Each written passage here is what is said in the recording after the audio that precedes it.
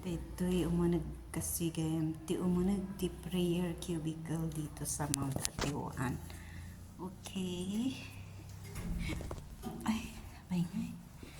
Ba't ti may sleep for me? Ito.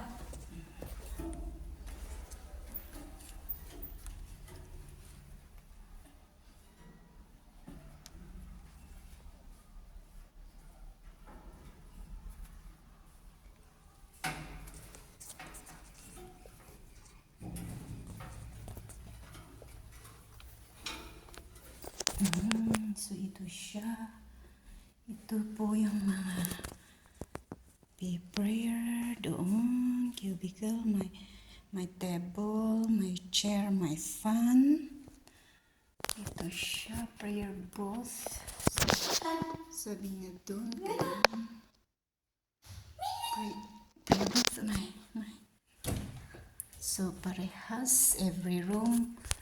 Basta ano siya, meron siyang kuwan. So, ganito siya, meron siyang fan at saka ano. So, ito po yung style ng prayer cubicle dito sa Mount Atiwan. Ito po siya. Room. Room po, room. So, bawal umihi dito. Ano lang po siya, ganun, yun.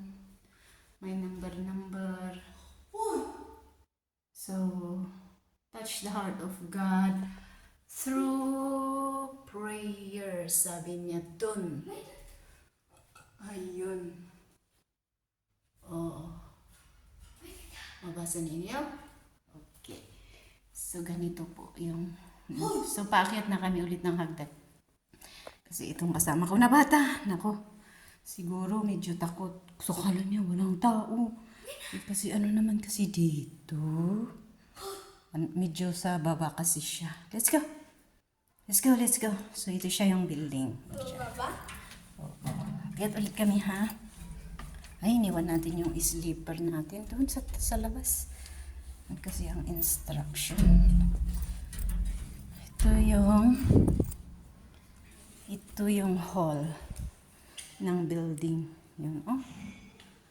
So, ganun siya. Meron silang siguro for instructions bago sila bumaba na manalangin. Ganun. Shh! Uma! Come! Let's go! Come! Ganun po. Ito, yun. Mga ano. So, owned by Pastor Tony Atiwan. Oh, yun.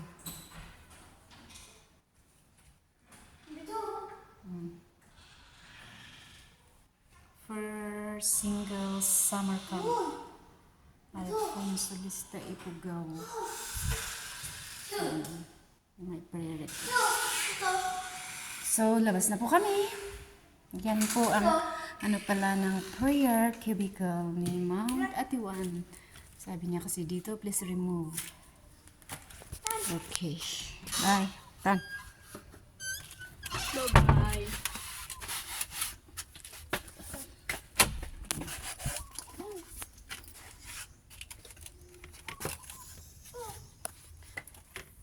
Ito siya yung video ko kanina. So, ito pala yan.